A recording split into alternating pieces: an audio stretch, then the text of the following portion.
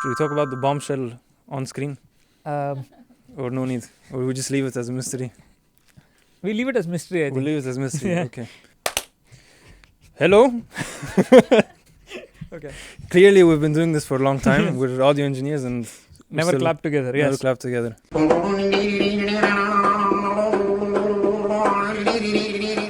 So, first, let's welcome everyone to our podcast here.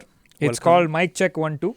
Mm-hmm. As you can see, we have two mics and we are checking it all the time. Yep. Yes, so clearly that's what this is. And we are here to talk about different forms of audio. I'm Navneet and that's Aram. Hello. We are engineers and we like music. We love music. So, Mhm. we are here to talk about everything which makes music sound better, I guess. Sure, yeah. I think that's an one approach way of for us. putting it. Yes. That's Yeah. one way. So that's our approach here. So we would like to talk about different things in each episode. I think the first episode we'll talk about what we all love the most, which is orchestral recording and how it enhances what a film experience is. So Let's dive into in terms of what we aim for as engineers when we're yes, recording I think orchestra. let's do that. So when we start, when a composer comes to us or a music producer comes to us, Mhm. what do we take from them to make the score sound like it's supposed to? So Mhm. let's look at the recording aspect. When the composer or a producer comes to us and says, okay, this is my film score, these are my samples, let's listen to it once and see what we can derive out of the score.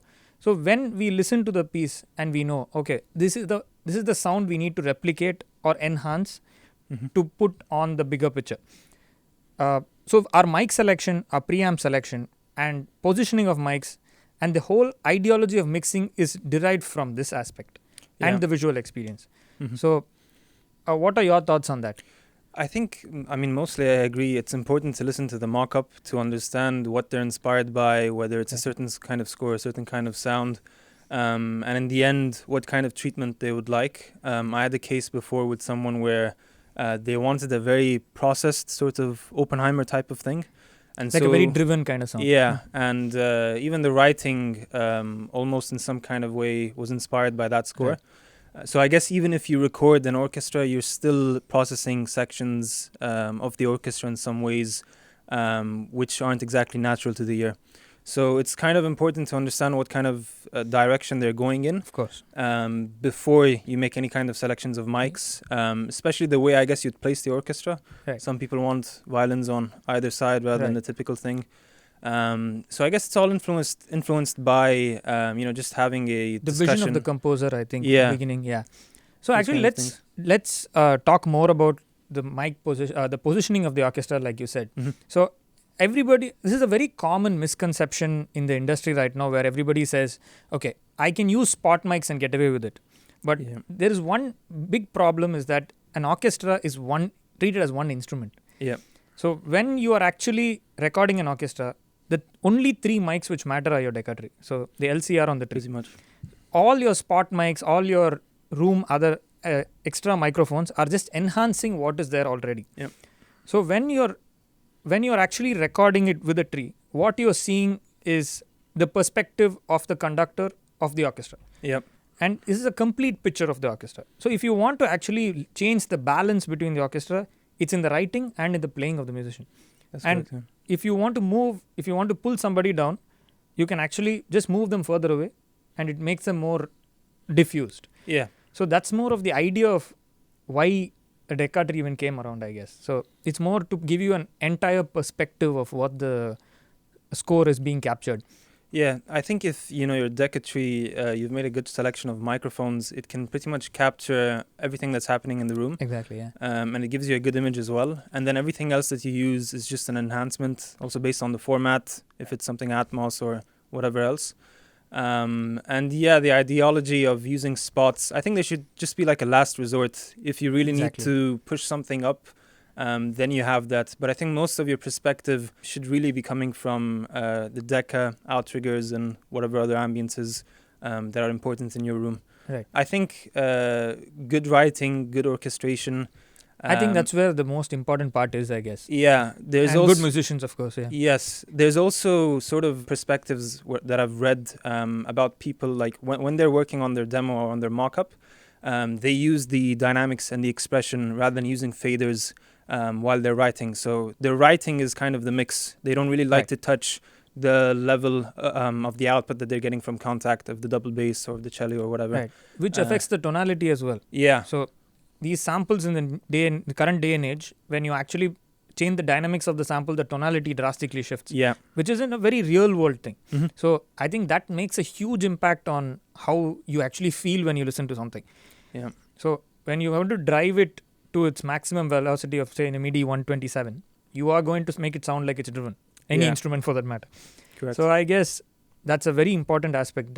Thanks for sharing that one. Yeah. Yeah, and I think one other thing, since we're talking about like sort of MIDI and all of these things and mock-ups, sometimes there are things which like composers and producers, they come into a recording session and they think that they can get the orchestra to sound like something a MIDI library, like basically a machine has done. Mhm. Even though these are recordings of real Humans, yeah. orchestras and humans, at the end of the day, they're edited and processed to sound a certain way. So, like if you have brass libraries and certain string libraries that are very driven and they have a very powerful sound, you're not going to get that, obviously, if you course, have yeah. like 4 double basses or something, because these libraries are recorded with like 20, 40, whatever. There's Yeah. crazy ones on Spitfire, for example. So sometimes also, in terms of like positioning the orchestra and all of those things, it's important to also understand how you want that kind of hybrid balance to be between yeah. libraries and course. recordings. And it can save a lot of time as well.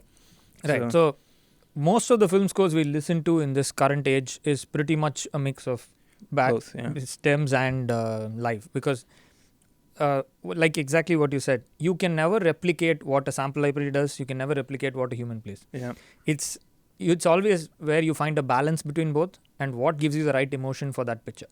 Yeah. So I think that's what is the key. If you tap that right, I think you are in the right spot. Yeah. It's going in the right direction That's for yeah. sure. So let's talk a bit more about microphones and setups.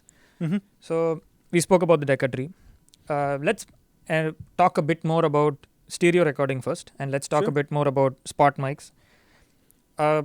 What is your approach towards putting spot mics on sections? For me, if I'm going to record a string section, for example, I have 2 spots per section, as I'm at max, Mhm. or 3 sometimes when there's a soloist. But it's 2 per section, and these microphones are barely used in the mix. They are there if you need it. Yeah. It's the worst case scenario. So it's barely ever used. When you have the trees and the outriggers, like you said, they pretty much cover the entire balance of what the strings are supposed to do. Mhm. And especially when you have a bigger string section where you have like 12 first violins, 10 second violins, 8 violas, the outriggers pretty much capture the extremes of the section. Yeah. So you're pretty much sorted on that end, which the Decca cannot provide because it's not as wide as the outrigger.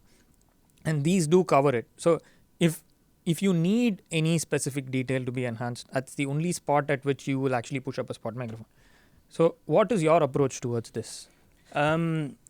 Sort of my approach has kind of been influenced by what Alan does, Hmm. from what I've learned from him. He typically goes for 2 spots per section as well. The front one or the first one is a cardioid, Right. and the second one can be a wide cardioid or something else.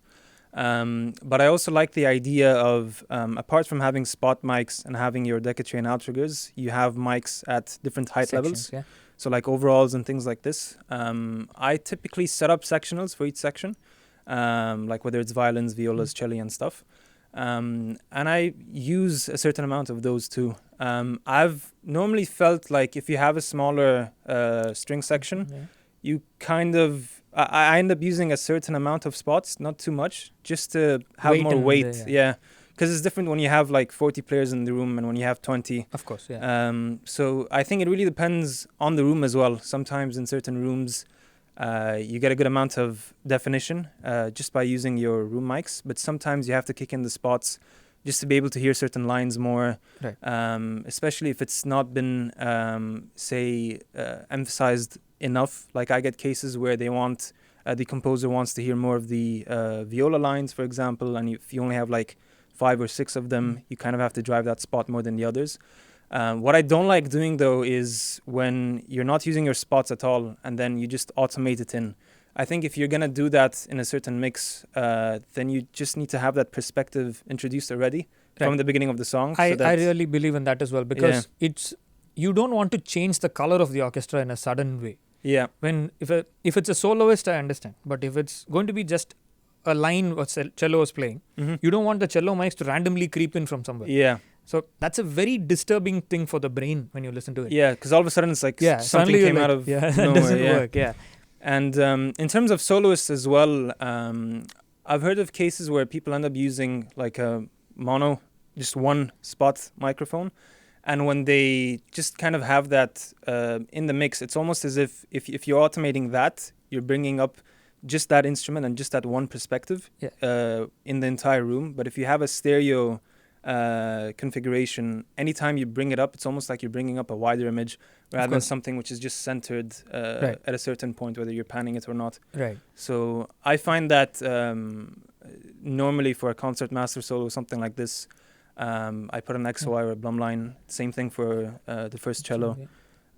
So I think that's what I kind of aim for when I do recordings, especially on strings. For woodwinds and other instruments, I know that, for example, sometimes you like putting a microphone for, like, say, if you have, for each instrument. So sometimes I like doing it for each desk. Right. If they're not playing any individual lines, let's say. I think that's one more thing which we can come back to and say, you need to understand what the composer needs from the score. Yeah.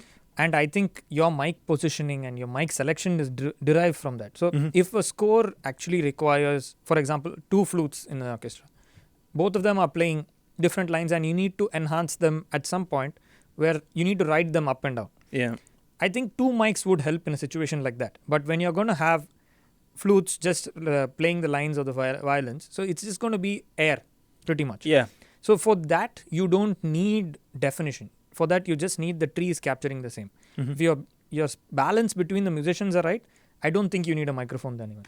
So I usually like an XY or an ORTF in front of the woodwinds. I usually use the MK5s from Sheps, so which gives me an image of what the woodwind section is doing, but in front of the Drecker tree. So it's more like a closer perspective. Sometimes this 2 microphones does the job for me instead of putting individual spots. Yeah. I think it really depends on what the composer requires at that point or what the piece requires. Yeah, and there's also another thing which is the sort of the proportions of the sections. Like, for example, in some orchestration books, you'll find that like there's references, for example, of one flute player playing at a soft dynamic, basically that same note being equivalent to 8 first violins playing the same note.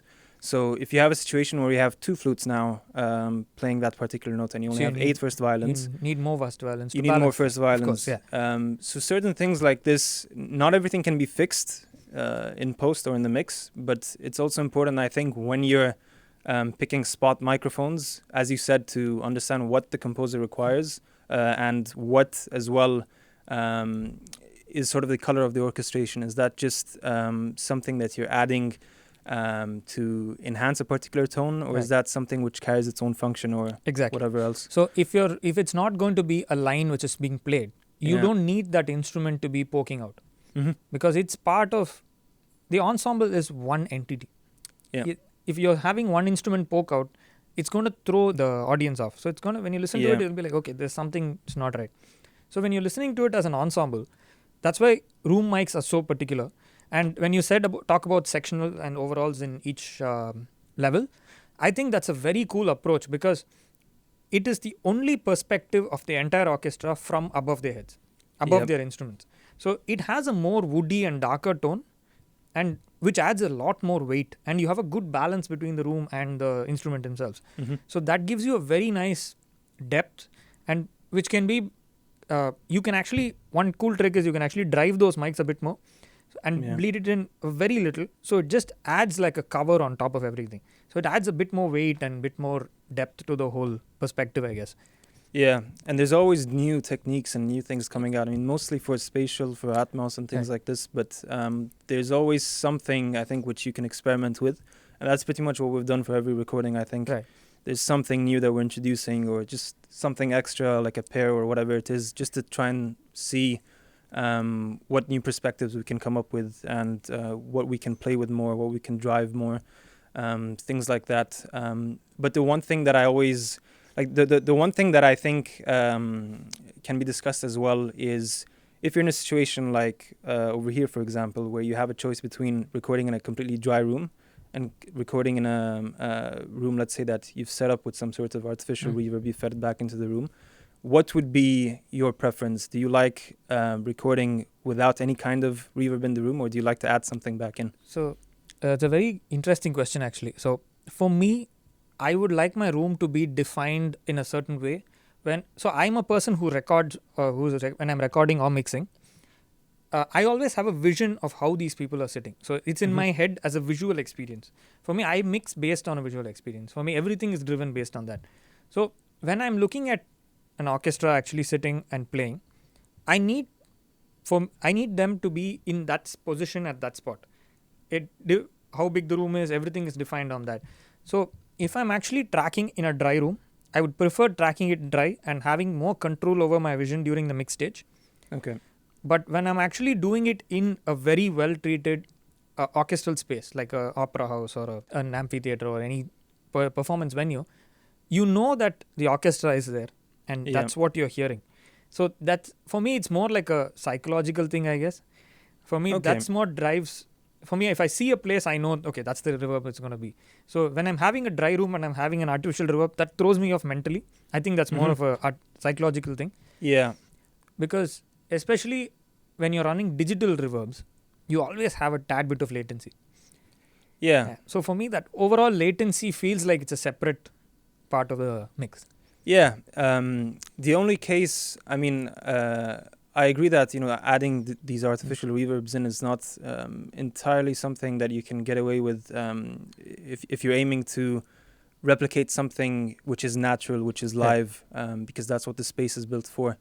The only thing I find is that sometimes, in some cases, for certain instruments, for certain sections, it kind of gives them a mental boost, of like course. a little, especially for French horns or things that just kind of need to linger and hang in the room. The tail of it really helps the musicians. Yeah, it's almost like you're recording a vocalist and they ask you for reverb. It's almost not natural to record them without any kind of reverb in some way. And just to foreshadow and understand what it's going to sound like later, you just kind of want to kick that in. Right.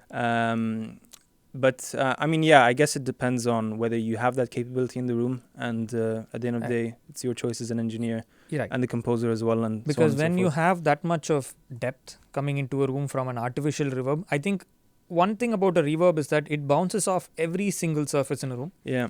When you're putting it through smaller points of sources, it feels a bit more unnatural, because when you have 10 speakers on this side, but in a room it's actually infinity, because it's just points of reflection throughout the wall.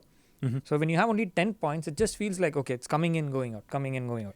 Yeah. So for me, that's a bit on the artificial side, but it depends on how you make it work, I think. Yeah, it's basically a very limited sort of character that you get in the end. Okay. So for musicians, actually, it's a very important point, because when we are tracking an orchestra, the most important thing to understand is how the musicians interact with the piece.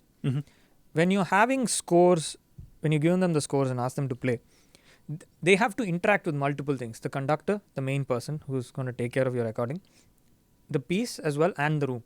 So a combination of all of this is what gives you a great recording. So these musicians have to be very comfortable when they are sitting there. So it's a trick to make sure they are very comfortable. Like mic positioning, for example, there was one very cool thing which you did by putting the mic behind the stand behind the first chair, so that they can see the conductor clearly. That's a very important thing. And one other thing is iPads for scores instead of paper. Yes. So you don't need like when you have iPads for scores, they don't have to think about paper not falling down, a pencil not falling off. So you don't have any of this noise. So, and even when you touch the screen, you barely get any sound. So all this is super clean, and the musicians are more confident when they do this. One more thing is, when they're listening to themselves on the ears, they know how they're playing, and they know where they can improve. I think that's a huge thing for them as to how they can become better. So that's one thing where I believe that they have to get their own mixes. So giving them their personal mixer for the section and saying, okay, you guys handle this. You guys know what you want for your ears. We can always give you what you want, but we can never perfect what you like. Because every day it's a different person sitting in that chair, and a slightest difference for us will be a huge difference for you. So I think understanding what you need for your ears is only you can get that. So giving them a personal mix for each section, I think helps a lot. Definitely it helps. And I think as well that it's different when you're performing at a venue, Right. and it's the medium is basically a live concert. Right. They don't and have it's- much control over anything anyways. So. Yeah, and it's different when you're recording in a studio. And I think that in both cases, you just kind of have to learn as a musician and learn as an engineer what kind of perspective you need to have on listening. Because a lot of studios, for example, where they track orchestras, they only wear one Single side. ear, yes. Yeah. And they just need a bit of click and a bit of themselves, and they're settled. To be honest, I don't think most of them even ask for themselves. I think it's more only the track. Yeah. It Pretty depends much. on the. So I guess yes. it's all about trying. You're never going to be able to get into your ears what you would have naturally in a venue when you take Of your course. ears off, especially if it's a controlled environment like a concert hall or an opera house or whatever else it is. But if you're going in with that perspective that you're going to be able to get into your ears exactly what you would hear naturally, whatever is happening acoustically, it's not going to be the same experience ever. So I think you just kind of need to learn how to listen and what to listen for and what helps you. And what you need. Yeah. You have to understand what you require, because every time, if you keep bumping up everything on your ear, Just you're chaos. just going to make noise. Yeah. Yeah, exactly. It's chaos. So I think when we are especially doing concerts which have visuals connected to them, Mm-hmm. when you're going to remove both ears, all you're going to get is backing stems, dialogues, SFX everywhere around you, and it's just noise. Yeah. So when you actually wear your ears and you're comfortable with what you're hearing, I think that's when you can give your best. This is in a live venue scenario, but even in a recording where you have more control over things, it's still better when you're more comfortable with what you're listening. Make sure you pick the right sources of what you want. Yeah. So you Pretty can much. tune right, and you can give your best in timing as well. Yeah. And about iPads as well, the one thing that I find is that in some cases, wherever I've received stems of recordings done in other places, they don't really pay much attention to the turning of pages and things like that. I mean, me, when I listen to the recording, I pay attention to it as an engineer because I'm thinking I need to RX that out, or I need to Right. fade it or cut it or something. But in other orchestras, I think it's become sort of a natural thing. They flip a page, they need to go on. In some cases, obviously, if they can't continue playing, they need to stop, and then you record from the next bit. Right. But I've generally found that when we're both tracking over here, that we pay a lot of attention to these little noises of chairs moving and certain things that you just don't want to spend time on later on. And I think having iPads, it kind of saves a lot of time in the end, Of course, RXing and editing things out. And there's always, I always have cases of getting recordings from somewhere else, and there's just some noise Pencil in the drop beginning. or a And chair moving. yeah, they won't decide to go for another take in those studios just because of a page turning or because of something else.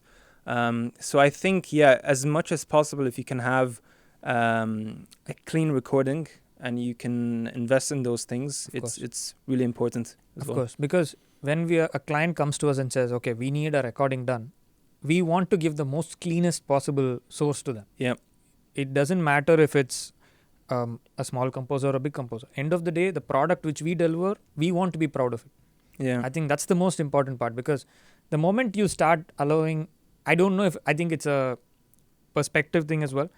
If I'm listening to an orchestral piece, which is a film score where it's only orchestral, you might get away with this lot of SFX and stuff, but when it's only an orchestral piece, when you hear a sound which is not part of the orchestra, it immediately does throw you off. Yeah. Especially when you go to a concert venue and when you're watching an orchestra perform and somebody's phone rings or somebody drops a wallet, you hear it immediately and you look back because it's so quiet.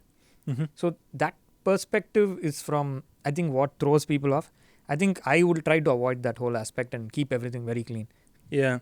I think the only time where I've sort of heard pieces of work where there's a little bit of page turnings and things like this is in smaller sort of quartet, quintet ensembles. Like more chamber size. Yeah, it's a more classical thing, and you have a video going with it as well. Right.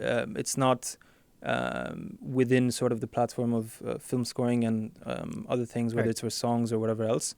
It's kind of part of the the page turn. That's more a cultural thing, I guess. Yeah, because they've been doing that for 200 years now. Yeah. So I think that's how they've been functioning, and I don't think that's going to change anytime soon. So yeah.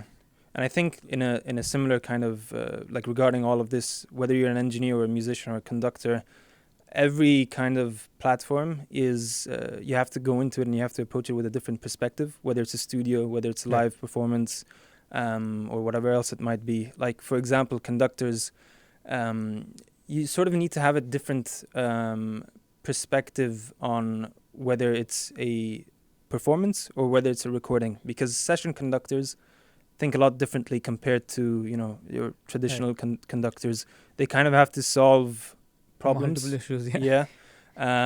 There's a blog by Tim Davies, for example. He is an orchestrator and a conductor as well, and he'll talk about he'll write about different things, like how certain problems, you know, like, because you have someone who's a composer and they've written everything in the box on a computer with libraries and things like this, and then that's been orchestrated by someone, and then now you're standing in front of that and you kind of have to understand where you might have problems, how you might fix them, where to punch from, where to stop, where to continue, all of these kinds of things. So it's almost like you're not exactly wearing a producer hat, but it's somewhere in between. And I think having someone at the end of the day in between you as an engineer and the composer, who's the session conductor, it really helps solve things. Because sometimes as an engineer you get involved in score. Yes. And you try to solve problems as well. But sometimes when you have a session conductor, they take care of everything. And at the end of the day, all you have to do as an engineer is make sure you get the clearest sound possible. Just work on the recording. So that's a very cool thing, because let's talk a bit more about how we have multiple. So if we are doing a vocal recording, one engineer more than enough. So when we are doing an orchestral session, it's a bit more complicated. Mm-hmm. You have a lot more inputs.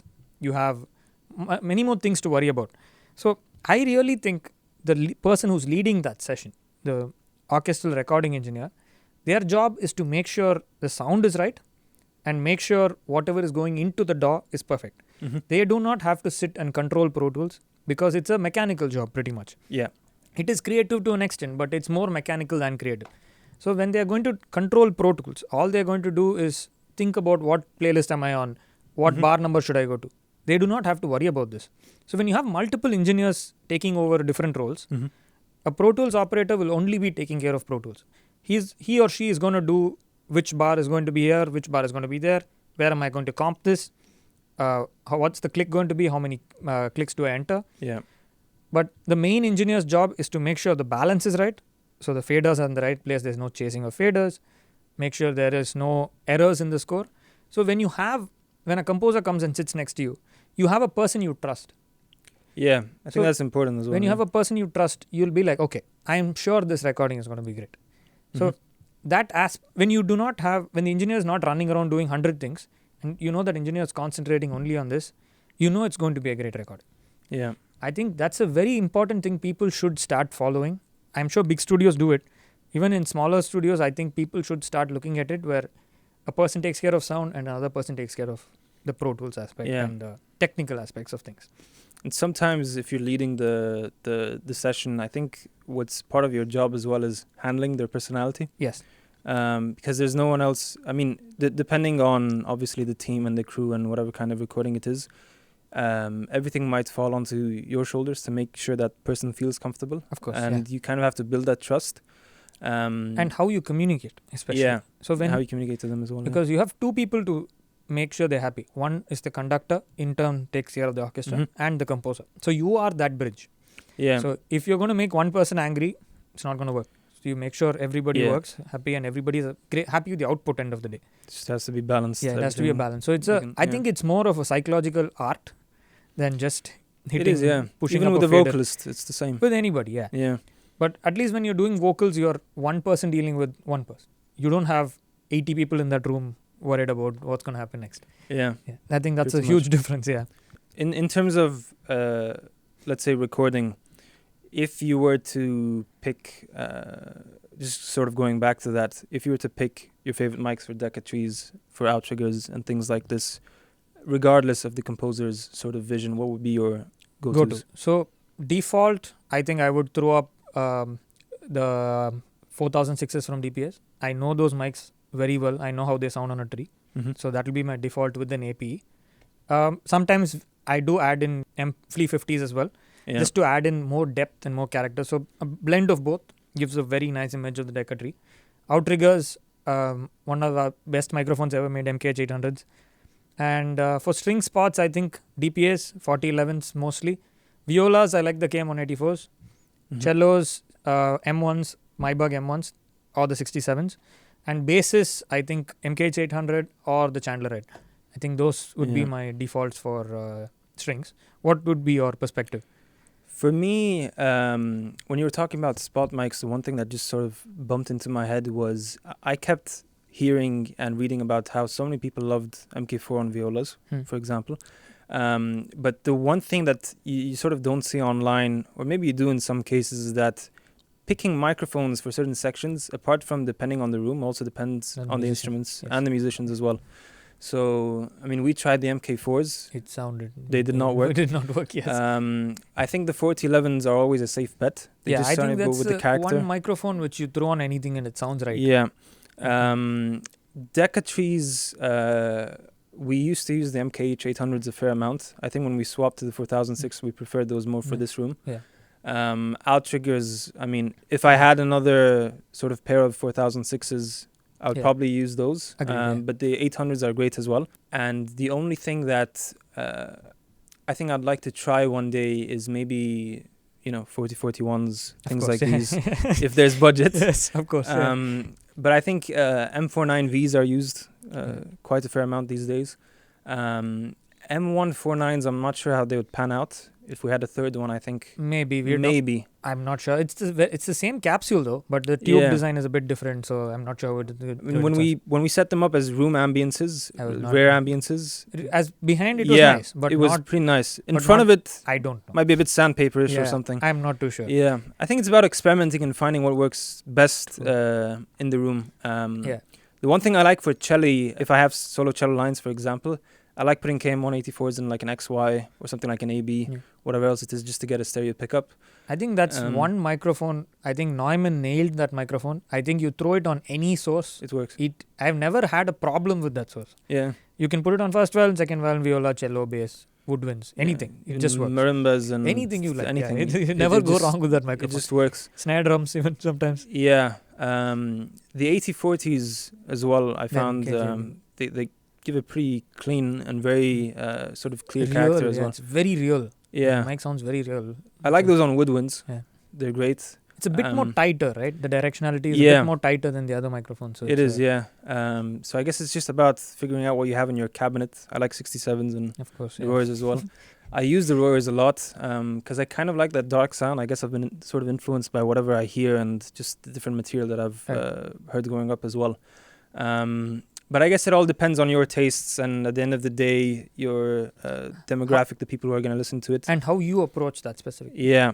I think that's very important as well. Like, I mean, if you're mixing for a film, let's say, which is, say, based in India or whatever, you're going to have a certain kind of sound. Of course, because that's been influenced by different things. And then if you have something which is Western or whatever, it's going to sound, completely different. Because you go towards India and you have, your sound is a bit more aggressive. Yeah. So it's more spot mic-ish than room mic-ish. Yeah, and there's more top end, I feel, as well. It's a bit more driven, with more aggressive. Your spot mics have to sound a bit more drivey. Mm-hmm. So the idea behind that is we've grown up listening to that kind of music all our life. So and it's all back in the day. I don't think in India anybody used room mics. It was all spots. Okay. So the moment you put up a spot mic, you crank it to its maximum gain possible before it clips, and you boost the HF. So what you're hearing is that sound. So I think that became a culture. So when you're playing something, any track you pick from strings in India, it's gonna sound like bright. Mm-hmm. I think it's just a different ideology. It doesn't sound bad or sound good. It's just different. Mm-hmm. So I think it's about what you're listening to and what you like. And I think generally using microphones is based on where you're coming from as well. So some people might like it darker, some people might like it brighter. Yeah. So, like for example, you said you like the Royers on a lot of solos and stuff. Different so things, I prefer the M2As because they're a bit brighter because I like that character. Yeah. So the M2As it doesn't tame as well as the Royer.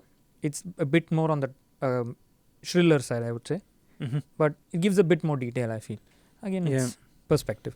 And then the other thing as well, since we're speaking about mics, is I think a lot of things depend on the end format. Like if Yeah. you're doing Atmos, if you're doing games, for example, and all these Right. different kinds of things, you tend to add just more mics into the room to introduce these perspectives and stuff like this. Immersive audio has become a huge deal at this point. And everybody has Atmos in their phones, everybody wants Atmos in their phones, on their home, everywhere. So I think all these years we were taking stereo stems, putting an up mixer on it or putting a reverb on it and making it 714 or whatever. Mm-hmm. Now the trend is to record in Atmos because that's what gives you the real image of what you standing in that room. That's the whole idea, right? Putting the listener in the perspective of what the piece is. So adding room microphones in a different approach. So many engineers have different ways of doing it. We have different ways of doing it here. Mm-hmm. We've tried height mics everywhere in the room. We've tried surround mics everywhere in the room. Each one of these mics give a different dimension to the sound. So if you're looking at, so the most real way of doing it, I guess, would be having your surround array right behind the conductor, because that's what you're hearing. Yeah. If you're having mics behind everywhere, it's going to give you a nice sound, but it's not real. Again, it's not right or wrong, but it's about what your perspective is. Yeah, I think it kind of plays in the wrong way with the space because you're recording everything with the perspective of it being in front of you. Correct. Suddenly you feel like sound coming from the back. So if you have a rare ambience or something behind a certain section and you pan that behind you, all of a sudden it's a different sort of perspective. But I think in film scoring, there are times where you can do things like these and get away with it because you're trying to create a certain kind of... I think even for music, I think it would work because when you're doing an orchestra piece, part of a pop track in Atmos, so you do not have a problem of perspective. For you, it has to be sound. It has to sound like you're part of it. Yeah. It doesn't sound where you're standing. So that dimensionality can be achieved like what you said. But when you want realism, I think the microphone array is at where the Decca is. Yeah, you kind of have to define what kind of perspective you're going with and then position things based off of that. But do you find sometimes, for example, if you're trying to, let's say you have a bed, for example, would you put a microphone in sort of every corner of the room and then pan those and fix those in those certain positions to make it, to sort of give you an exact replica of what's going on later? Again, that's based on the piece as well. So when you're recording it immersive, your tree is your LCR. Mm-hmm. So whatever if you're folding it down to binaural, it's LCR being folded down to a binaural mix bus. So this is not a problem exactly, because when you're having an immersive perspective, if I'm going to point my LCR to my LCR, my side surrounds to my side surrounds, and my rears to my rears, and my heights, 4 heights to my top, it is exactly what the room is doing at that point. But if I want some form of character shift, for example, I might even put up the sectional ambiences up on the heights, because it could be a different color I like. I don't think I would lock myself to doing that all the time. I think it really depends on what I feel that day and what the song needs that day. And I think it works either way. Sometimes it works, sometimes it doesn't. Because if the safest bet would be locking it and then experimenting with different colors and different microphone positions, moving them and putting them in different spots. But taking your spot microphones and putting them around is something I hate. Yeah. Because when you're listening to your tree, your first violins are here, your cellos and basses are there. The moment you put them somewhere here, you're basically shifting your entire perspective like this, which is very artificial. That's not how it's done. So your LCR is locked to where your spots are. So for me, that's a very important thing. Play with your room mics more, no problem. But putting spot mics in different surrounds, it's a bit awkward. Yeah, I think throws us off a lot. Yeah, I think as well, there are certain cases where if you take spot mics or if you go a bit too crazy with room mics and things like that, it kind of breaks down how things were meant to be orchestrated, because if certain colors were meant to blend together and go together, if all of a sudden you take that woodwind mic and you pan it behind you and you have your strings in front of you, it's like two different things. But if you were to, put them roughly at the same perspective where they're coming from, the same It's a color then. image, then it's a color. Exactly. So I think you have to be careful with those kinds of things because you can break things down rather than making it more I creative. think it's a very tricky thing, and it's has to be done based on what you hear at that point. The moment you start, like, I've heard this a lot because a lot of people take spot mics, especially mono ones, and use it as an object and spin them around. Yeah, that's it doesn't work for me because the moment you hear a violin go like this, I am done. So it doesn't work for me. Yeah, that doesn't work. yeah, Yeah. because it just feels so unnatural suddenly. You cannot have a violinist flying above your head. Simple as that. Yeah. So then, when it comes to mixing, you have everything tracked down. You have your everything comped and edited and whatnot. When you're going into the mix, taking into the in the composer's vision, what kind of perspective do you have when it comes to processing or treating certain sections or using reverbs and other things like this? So I think I would start off with just basic filters on the main auxiliary. So if I take all my microphones, I know that I've balanced my strings while recording. And during mix, I cut all my spots. That's where I begin. Okay. I have only my room mics up. And I have my filters on. So I know if there's any low end rumble which is gone, any high frequency like noises coming in, it's gone. So once that's done, I listen to the piece and see, okay, there is a cello line which I like here. There is a viola line which I like here. Only those spots, maybe I will listen to it a couple of times and be like, okay, if that is very important, I'll maybe write the sectional mics, not the spots yet. If that comes into the, if it's too important and it needs to be on a spot, then I go back to the beginning, bump the spot up, maybe bring the sectional down and keep the spot on till the end where it's coming in and maybe just write it up and down. And once this is done, I think your balance is set. So after this, your reverbs. So when you're listening to a reverb, in a real world scenario, you're just adding a space to your orchestra. Yeah. Because if you have a great room and you're recording it with great microphones, you have amazing reverb already. So the second reverb you're adding is just making whatever is there bigger. So I think the reverb is based on what the visual requires or what the piece requires. So when, like I said, I always visualize something, even if I don't have a picture, I visualize something in my head. So I know that, okay, I need a hall which is 2.3 seconds long, 2.4 seconds long, and which is darker or brighter based on the piece. So, and I take a call as to if it has to be immersive or if it has to be stereo. So when I'm mixing something in immersive, I know for a fact that the reverbs have to be in its right spot. Because the moment you put in too much reverb, for example, many people like to use Atmos reverbs, like 714 reverbs. Some people like to use stereo reverbs in multiple spots. I think it's really dependent on the source material recorded and how you position them. The moment you take a large hall reverb and you throw it on an orchestral send, what happens is you're going to get a great orchestral image around you, but you might have to go and tweak a lot more in the insert itself to get the right depth. You can always use stereo mixes and send different with slightly different parameters and send them to different stages of your mix to get a more three-dimensional image, because sometimes you do not need the depth in the back. You can keep the depth much lower and you can change the pre-delays based on your fronts and backs. So it gives a nice depth to it. That's basically sort of similar to the technique that Alan does. Yeah, it's very similar to what Alan does. 3 different broadcasts and things like that. And he uses hardware. Yeah. Yes. More budget. No budget. Yeah. Do you find, for example, in whenever you're mixing pop, rock, whatever, there's these certain engineers who say don't solo when you're mixing and all of these kinds of things. Do you find that when you're mixing, you're soloing certain sections? And mixing that as a package and then blending it with other sections? I think we all have to start off soloing, like I said, because you need to hear what else is there in that source. If you are recording it, you know what's happening. If you're getting a source from somewhere else, you have no clue what's in that source. Yeah. So you have 100 tracks. You have strings, woodwinds, brass recorded separately. There is a low-end rumble. You have no idea where that's coming from.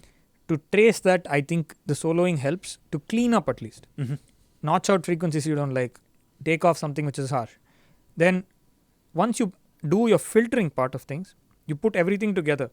Then you do your actual processing, which is adding more reverb or driving something more. Or when you do that, you're getting more control over what the picture of the image is, of the sound is.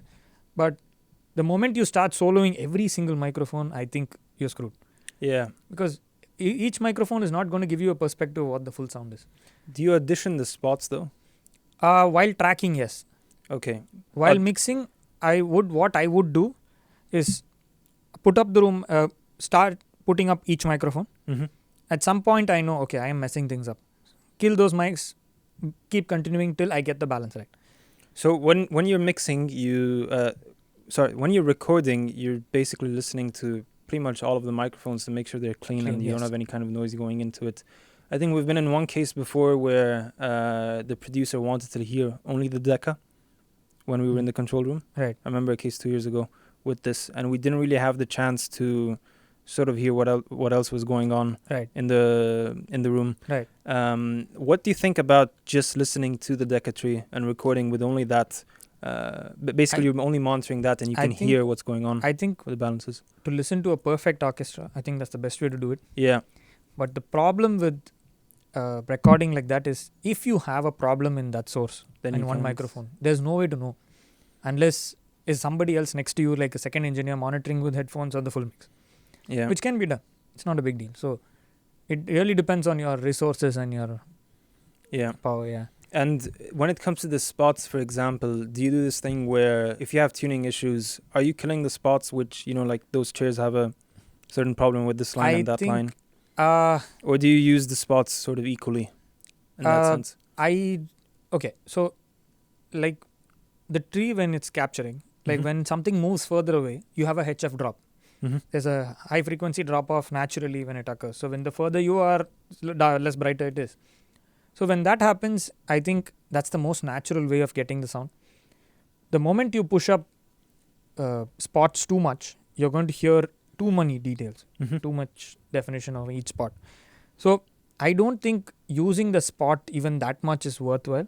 So keep it as low as you can, and if it doesn't add anything, just kill it.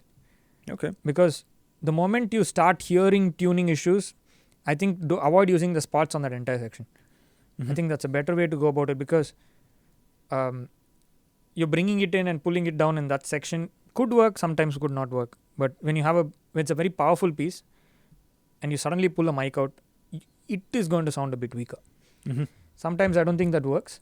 So I kind of do a thing where if I have a certain piece and I know that I'm going to be asked to use a good amount of spots, what I do sometimes is I basically kill the spot mics where, let's say, the performance hasn't been that great. I kind of make those inactive or just mute them permanently. Exactly. And I end up using the other spots. Right. So that works. Yeah, because I don't want to use, say, a good amount of my spots, and all of a sudden I'm emphasizing and I'm bringing up. Exactly. Those, it's the same perspective, pretty much. Yeah. Because when you have too many spots, if it doesn't work, take it off. It's simple. Basically, yeah. When you're adding more and more spots, you're adding more and more signal to the final mix bus, so which is not necessary always. Okay, so what are some of the things that you've been influenced by and that affect you when you're recording, when you're mixing, general scores or songs or things like this? See, I've grown up in India, so AR was a huge influence on what I've heard all my life. Of course, Hans. Yeah. Like when Inception and Interstellar came out, it was like a whack on the face. It's like, okay, this is what it's supposed to sound like. Then I like, there is this composer called Theodore Shapiro. So he sounds very Indian for some reason. I don't know why it is. It's very bright strings, very. So I really like his work. He did Spy, the movie. Yeah. Then he did a couple of other big names as well. I'm not recollecting it, but I really like his work. So what about you? What is your influence? I'm sure Hans has played a huge role in what you've heard. I think for everyone, sort of, he's like the main figure there. But on the side, I like Harry Gregson Williams' work. Of course, yeah. James Newton Howard as well. Johan Johansson. Yeah, Thomas Newman as well. Yeah. So I think it's... for me, I mostly grew up with the Hollywood stuff. Right. And I mean, I enjoy classical pieces as well. But at the end of the day, those are more about the location, the concert hall they've been played in, the orchestra they've been played by, the conductor. There's too many aspects to how yeah. it can affect color. So those are, they're just sort of very different than scores. But even John Powell, for example, is great. Some of the stuff I've seen recently with good scores, I liked Fantastic Four. Michael Giacchino did that one. But as an engineer, I've mostly been influenced by Alan. I think both Alan of us, Alan made what orchestras should sound like in the current generation. Yeah. I think that's something was very inspiring for many, because when orchestras were sounding like a concert hall, he is the one who took that sound and made it Something grand else, and yeah. larger than anything could ever be. Yeah. So I think that's a very big influence on all our sounds, because when we listen to a piece and we are like, okay, I know that's mixed by Alan, because nobody else can get that sound. Yeah. Pretty much, and the quantity of work that he puts out as well. Of course, so. yeah, he does, and he's very fast at what he does. He's like, he mixes a piece within like an hour, so it's like unbelievable. Yeah. Like the vision you have is from it comes from many years of experience and exactly knowing what you want to do.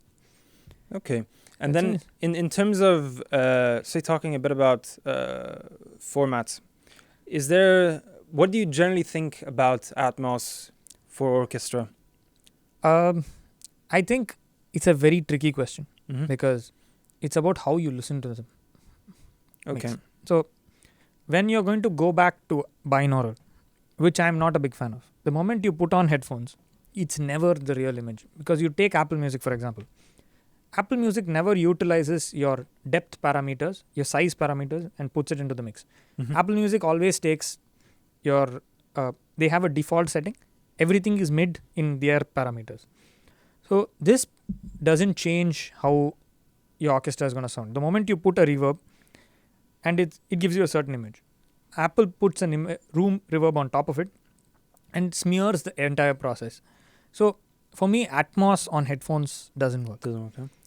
Atmos in a room is great. It's phenomenal, because you can be more precise about where sound is coming, and more speakers give you more definition. The moment it goes to headphone, I don't think it works. What are your thoughts on this? Because I've heard a couple of Atmos tracks and the impact is weakened for me. Yeah, I mean, I watched, I'm kind of a movie geek, so I watch movies in both Atmos and IMAX. Like Dune, for example, is very different in IMAX compared to Atmos. I mean, visually is one thing, but then in terms of sound as well, it's just more powerful and everything's more cohesive. Yeah. With Atmos, sometimes Atmos is great, I think, for like sound effects and all those kinds of things. Precisional positioning, I think Atmos does a phenomenal job. Yeah. If you need a sound to come from that point, you know it's exactly coming from that point. It does a great job at that. I don't think any other format does that, but as a music experience, it is not real for me. Yes. And I find that sort of different things that I've heard and different perspectives that I've heard from other people as well. When they're mixing scores in Atmos, they just kind of treat it like it's almost as if you have these extra channels and you're just filling it with reverbs or certain ambiances and things. Everything is still primarily in front of you, and the other things on the side are just whatever you can play around with and do a bit of panning and things like this.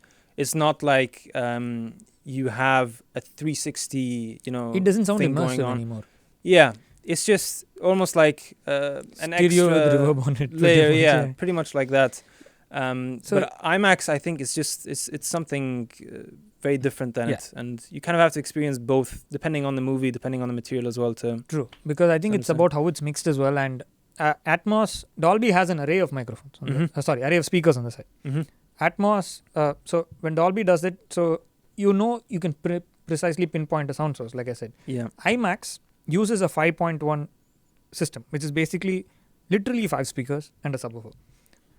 This one gives you that, okay, if you pan something between the fronts and the backs, you know exactly that it's a minus 3 dB between the front and the back. In Dolby, it's not like that. It's between each speaker.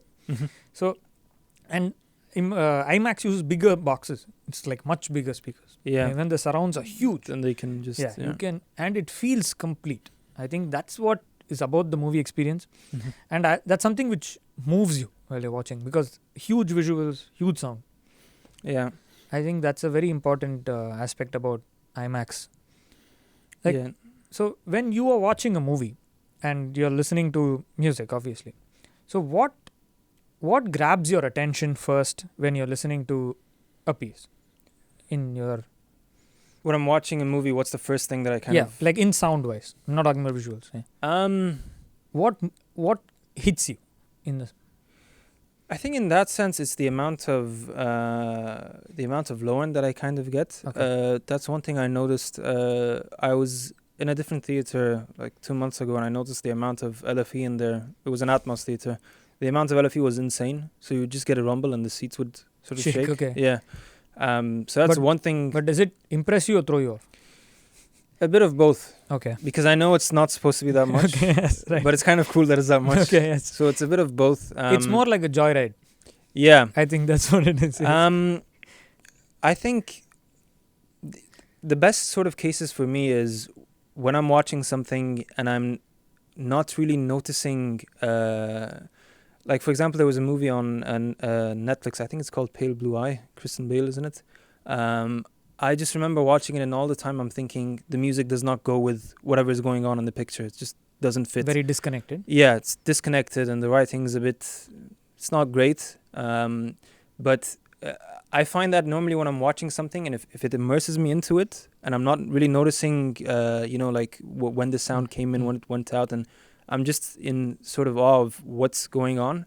I find that that's when I really feel like things are working. Which when I go out of the movie and I'm like, wow, that just like when we watched F1. Yeah, it was great. Yeah, we walked out of it, and it's just the sounds of the cars and everything, and the music. Everything just kind of fits together, and you're not really picking out, oh, this doesn't work here and there and whatnot. You don't. The moment you stop thinking and you start enjoying something, I think that's when it's the best mixed and best engineered job, I guess. Yeah. The moment you hear things, I think, okay, there is a separation between the different worlds in the music, the field.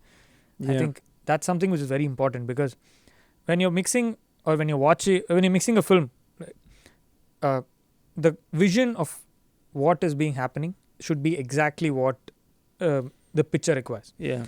You cannot go overboard. You cannot go too less. Mm-hmm. Just because you're good at mixing something, you cannot apply the same principle on every single piece. Yeah. The moment you do that, everything is going to sound exactly the same. Mm-hmm. And it's going to give you a very boring character which doesn't revolve around the film anymore or piece anymore. So I think that's a very important thing people have to take into consideration while you're mixing something. Do what the piece requires, not what you think is right. Mm-hmm. Because you might like this, you might like that, but what the piece needs, try and achieve that. Yeah. Because that's something which I've noticed with a lot of people, where they have defaults for everything. Workflow is a different thing, but going to a default for everything doesn't work most of the time. Yeah. I think that's something that we saw when we saw Alan working on Dune, for example. He was playing back some of the stuff. It just kind of shows you that he's enhancing what's there and what is required. The video is also on the Mix with the Masters website, and he just does a little bit. It's very subtle. Of different things. Yeah, it's very subtle. And the thing is, and I think that's also comes in because of the great musicianship what they have. Mm-hmm. When they're bringing in the best musicians, you know that the sound is already there. Yeah. You just have to bring it out a bit more. I think Alan is phenomenal at doing that. Yeah. He hits the right spot in the right movies. Yeah. Yeah, and in some sort of parallel sense as well, the composers, they can be really good at finding certain themes or just picking certain kinds of ambiences and sounds that go really well with what's going on. And sometimes you kind of notice those in a good way as well. Like there's this movie, All Quiet on the Western Front. There's a very prominent synth sound in that, and the first time you hear it, it just kind of knocks you off. So but I think it's in a very positive way, because you never expect something like that happen. You're not going to expect it, especially the writing and the way that you experience it in some sort of way. There's a very big contrast, so it just kind of pulls you in, and all of a sudden you're like, okay, I don't know what to expect, but it moves me. Yeah, it moves you. Yeah. Whether it's scary or something else or whatever else it is. Yeah. Okay, now let's go to a quick Q&A section. Yeah. You ask me something, I ask you something. We'll see how different we both are while mixing. Okay. So you want to start? So what's your go-to EQ? Plug-in Alliance BrainWorks BX2. Okay, go to compressor.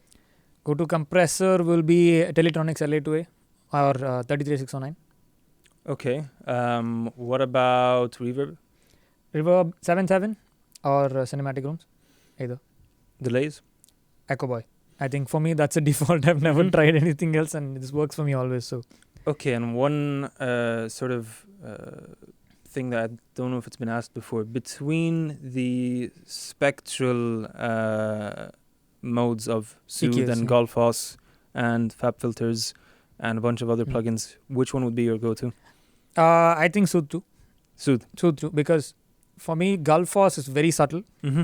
Soothe 2 has the control of what you want to do. I think it hits the right spots for me. Okay. Soothe 2, yeah. And one mastering plugin. BX Master Desk. I think it's a universal for everyone here. Okay. What else is there? Saturation. Okay, so saturation black box. Okay. I think black box or saturate from Loop Trotter. I like both. The yellow one. Okay. And what else can I think of? 2 mics on piano. M149. I Okay. think. I think orchestra we spoke about. Yes. 1 mic for vocalist. Okay, tricky one. Mm. Elam 251. Okay. 1 for guitar.